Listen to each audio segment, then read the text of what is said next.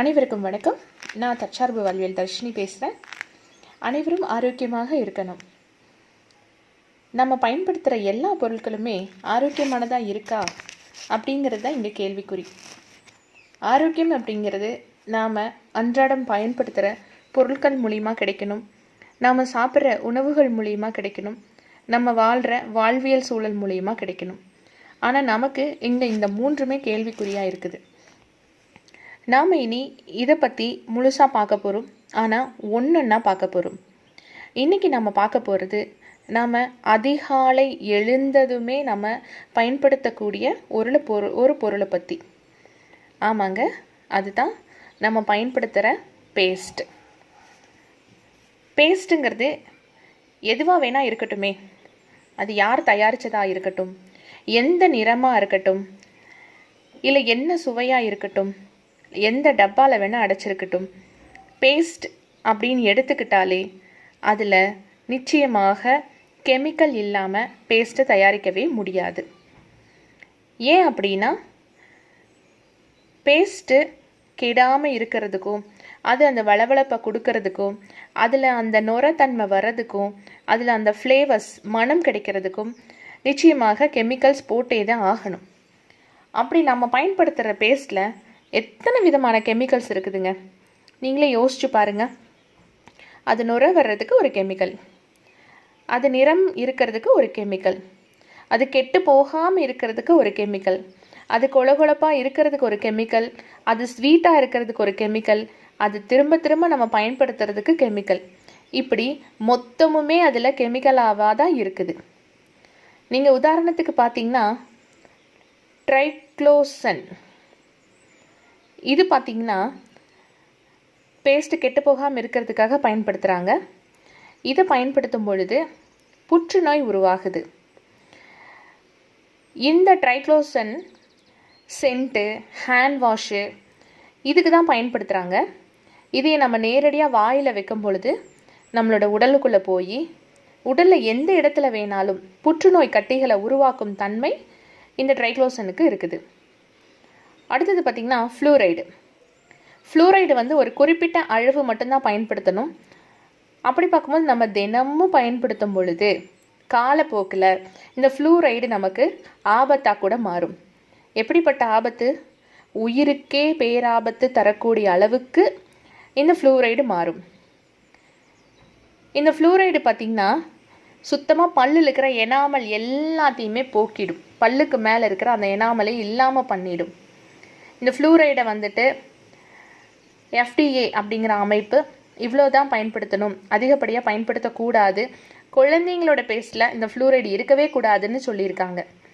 அதையும் மீறி குழந்தைங்க பயன்படுத்தினாங்க அப்படின்னா அவங்களுக்கு பெரிய ஆபத்து வரும் அப்படிங்கிறதையும் அவங்க தெளிவாக சொல்லியிருக்காங்க. அடுத்தது பார்த்திங்கன்னா சோர்பிட்டோல் அப்படிங்கிற ஒரு திரவம். இதுதான் அந்த பர்பஸையை வந்துட்டு அந்த குழகுழப்பாக கொண்டு வர்றதுக்கு பண்ணுது. இந்த திரவத்தை குழந்தைங்க பயன்படுத்தும் பொழுது அவங்களுக்கு டயேரியா வரும். அடுத்தது பார்த்திங்கன்னா சாக்ரீன் பார்த்திங்கன்னா சுவைக்காக பயன்படுத்துகிறாங்க.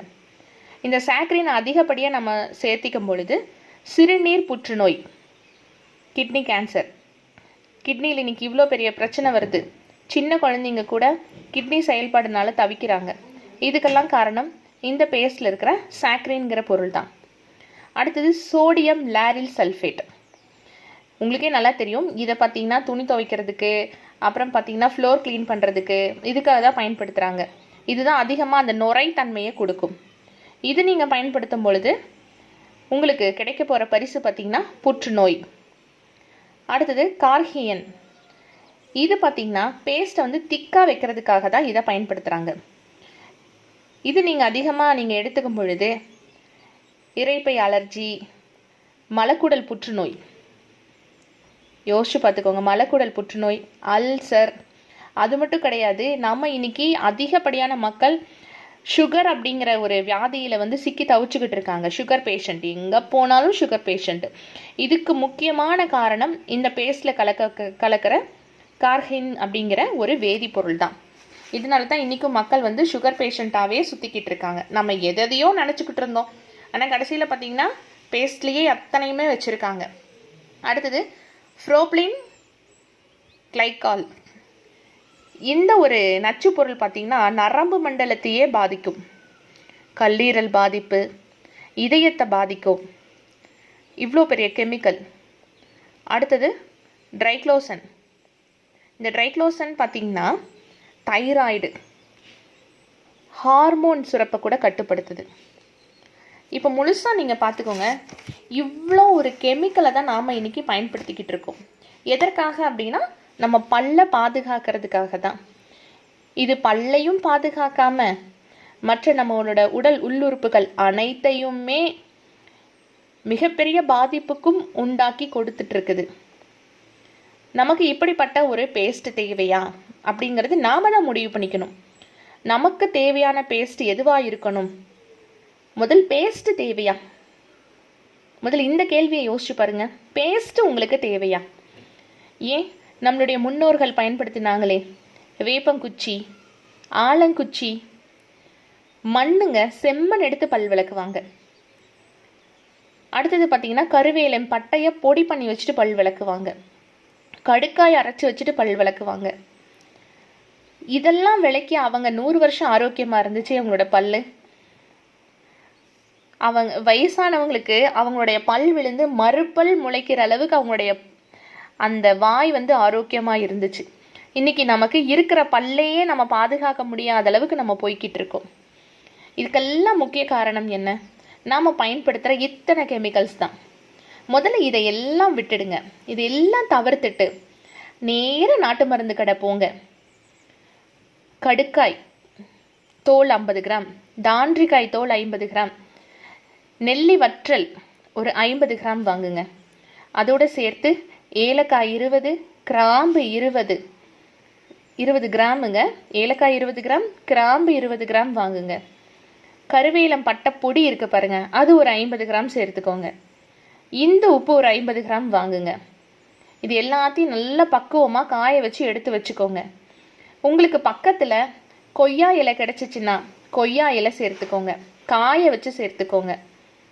அதோடு சேர்த்து புதினா இலை கிடச்சிச்சின்னா புதினா இலையும் காய வச்சு எடுத்துக்கோங்க.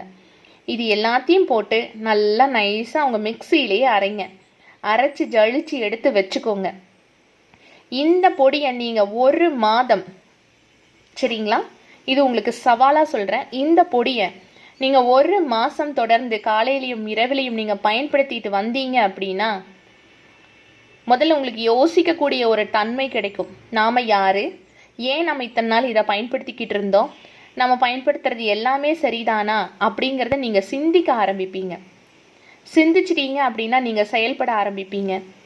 செயல்பட்டுட்டீங்க அப்படின்னா அனைத்துமே தற்சார்பு வாழ்வியலாக மாறும். நீங்கள் முதல்ல உங்களுடைய பல்பொடியை முதல்ல சரி பண்ணுங்க. காலை நேரத்தை ஆரோக்கியத்தை முதல்ல கொண்டு வாங்க. அதுக்கப்புறம் என்னோடு சேர்ந்து தற்சார்பு வாழ்வியல் வாழ தயாராக வாங்க உறவுகளே. நான் காத்துக்கிட்டு இருக்கேன். நன்றி. வாழ்க வளமுடன், வாழ்க நலமுடன்.